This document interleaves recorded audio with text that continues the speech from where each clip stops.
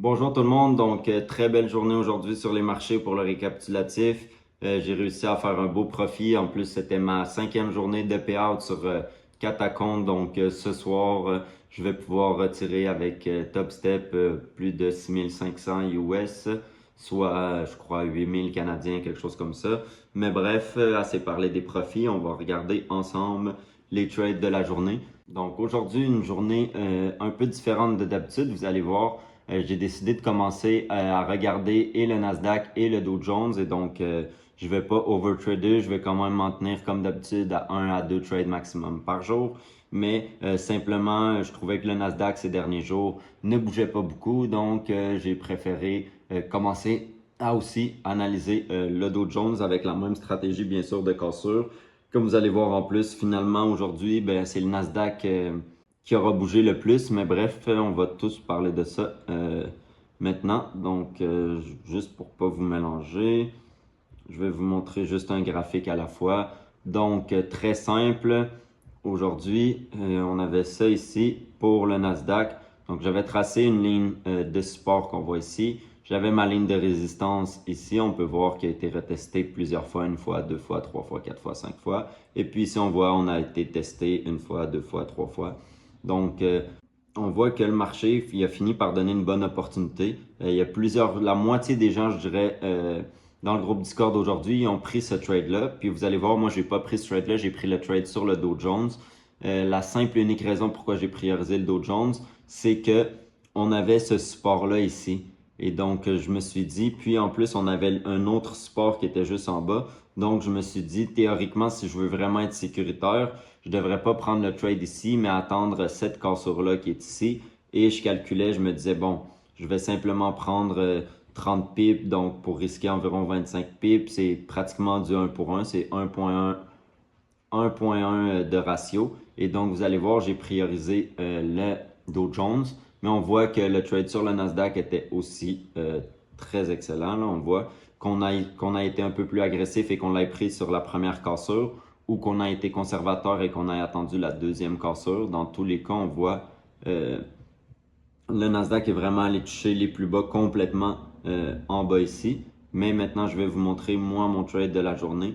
Donc, mon trade de la journée, c'est simple. On voit ici, on avait le marché qui a ouvert ici. Donc, j'avais un petit support comme ça ici. Si le marché venait briser et clôturer en bas de ce support, je prenais simplement ma vente comme ça ici avec mon stop loss. Sur le Dow Jones, on a des plus gros stop loss, donc un stop loss de 40 pips. Et mon take profit allait ici comme ça ici. Et finalement, qu'est-ce qui s'est passé? C'est qu'on a monté à l'achat comme ça ici. Puis j'ai attendu la clôture en 3 minutes. Donc vous allez voir, j'ai pris deux trades. Donc j'ai pris une petite perte et un gros gain. Je suis rentré ici, vous voyez, sur la bougie de 3 minutes. Et puis qu'est-ce qui s'est passé? Je ne sais pas si vous pouvez bien voir là. Je vais vous le mettre en une minute pour que vous voyez.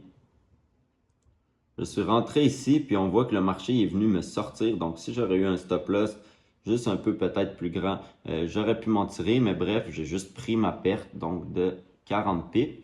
Et donc, j'ai pris ma perte ici de 40 pips. Et puis, quand le marché s'est mis à remonter, pendant que le marché s'est mis, quand il m'a sorti, j'ai vu qu'il a créé une belle mèche de rejection, puis qu'on est venu remonter à mon entrée de départ. Et donc, j'ai décidé de donner une deuxième chance à mon trade et de reprendre le trade au même endroit. Puis on peut voir, là, le marché il a fait 100 pips. Personnellement, j'ai coupé à 85 pips environ, je crois. Je crois que j'ai coupé environ dans ces environs-là ici. Mais on peut voir que eh bien, mon gain était beaucoup plus important que ma perte. J'ai perdu comme 340 par acompte fois 4 acomptes et j'ai gagné 730 quelques dollars par acompte. Donc environ un gain de 400 dollars par acompte aujourd'hui. Donc 400 fois 4, 1600. Donc c'était simple mon trade comme vous voyez. Donc une cassure de la résistance. Puis j'ai privilégié ce trade-là tout simplement parce que on était au plus haut du marché. Donc on n'avait pas de résistance proche.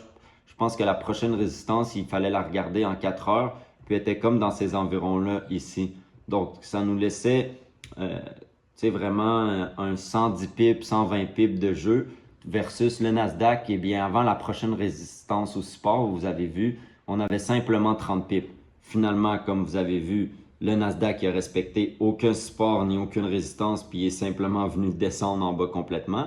mais c'est quelque chose qu'on ne peut pas savoir que ça va marcher, surtout si on regarde les 2 derniers jours, que le marché il a été vraiment un peu plus tranquille, qu'il y avait de la misère à nous donner 30-40 pips. On ne pouvait pas prévoir qu'aujourd'hui, le Nasdaq allait donner 80 pips, surtout avec autant de support et résistance. Et donc, j'ai priorisé tout simplement le Dow Jones. Donc, c'est tout pour cette analyse et ce trade recap. Et on se revoit demain pour un autre trade recap.